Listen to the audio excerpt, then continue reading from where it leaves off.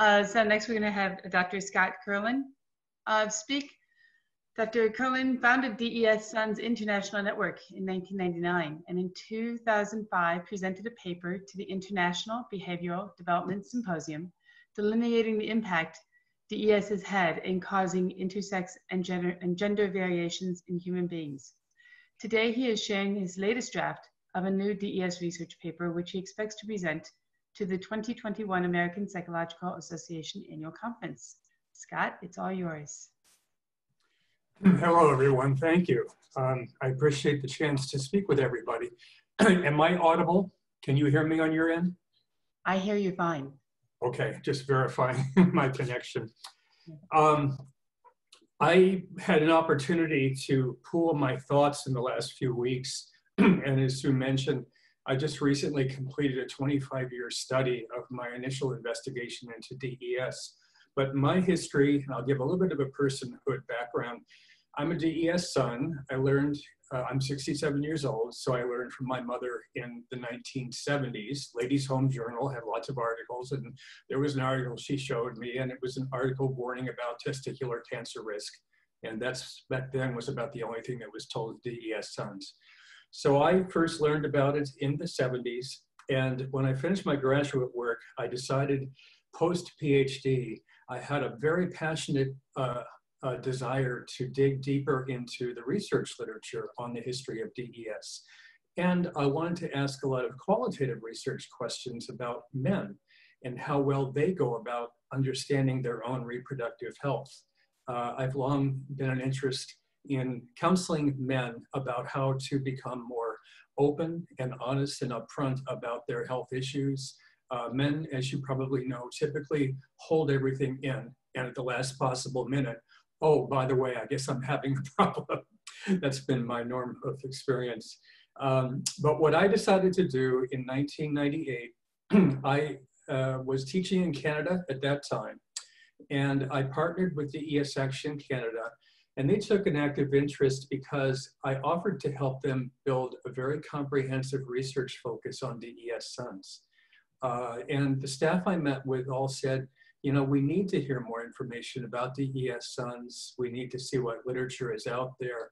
And then we need to see how to build some kind of an online network. And I said, oh, I'm your man. Let me go out there and start building a qualitative research forum for DES sons. So in 1999, while in Canada, I launched the DES Sons International Research Network, which was an online network meant to have global reach, which it did. We had members from probably 14 countries at one stage. And now that I'm 25 years into a venture that I captured into I have a 35-page paper I've sent to Sue and Jill, and I'll be glad to provide to other people as well, a draft. I pooled my information to try to capture for you the essence of what I've seen. I like to get to know the range of issues that men typically talk about or are concerned about when it comes to their own reproductive health. And early on, men learned, if they did learn at all about their DES exposure from their mothers, it was usually from the mother, testicular cancer risk was the #1 item that emerged. But when I developed my network and started to create an ongoing qualitative research dialogue environment, I discovered quickly, by the time we reached 2020, I'd had almost 1,000 people participate in the Sons Network during a 25-year period. I'm very mindful of stats and how they focus what we've learned and what we haven't learned yet. Approximately 4/5 of the members had either confirmed or, quote, strongly suspected exposure. And I always screened my members as best as I could. But as you know, a lot of people had a really hard time finding their medical records. We even had coaching forums sometimes, how to talk to your mom about your exposure, how to locate the doctor's office where you may have been, what may have been born, things like that.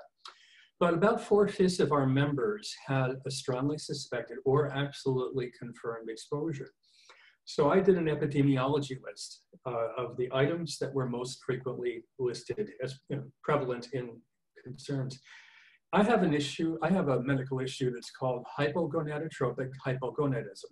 which means basically I have very low testosterone.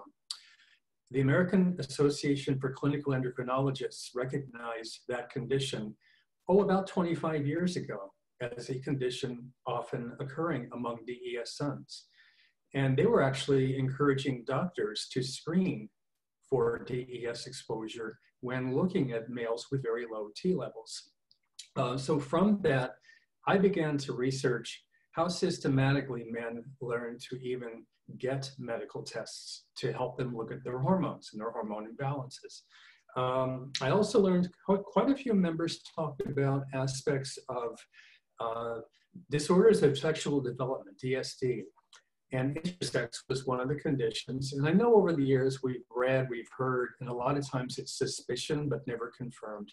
But I had some members in the network confirm they had been treated, they were still undergoing some form of physiological treatment, and intersex was an ongoing discussion. It was a debate topic too. We had a very rich, very active communication dialogue in our list for many years. And so some members really took issue with definitions. And in sexual health over the years, a lot of definitions, including the definition of intersex, have evolved. So as they evolved, some of our members became very actively engaged in giving more and more open feedback. We also had, in the literature in the early 2000s, testicular dysgenesis syndrome, TDS, was identified. And Niels Skakebak from Copenhagen, Denmark, as I recall, he was one of the first people, he was one of the first people to actually identify testicular dysgenesis syndrome. And it was a constellation of effects that included hypospadias, cryptorchidism, infertility, and there have been some studies over the years that tracked and tried to determine whether infertility was a chronic condition of DES exposure.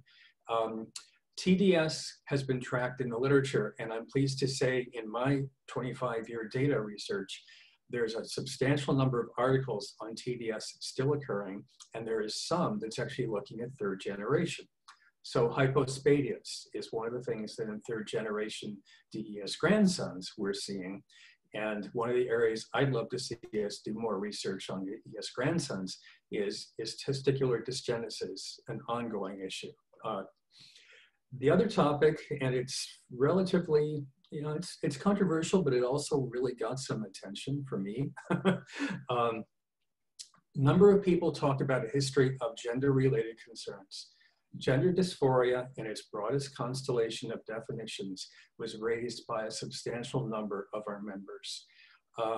As I began to probe the literature on psychosexual development, and I've documented a whole lot of it in my report, there were studies that June Reinisch at Kinsey Institute was even looking at. June Reinisch interviewed DES sons way back in the 70s even. I always wanted to sit down with her and say, ooh, tell me more, let's see what we can learn.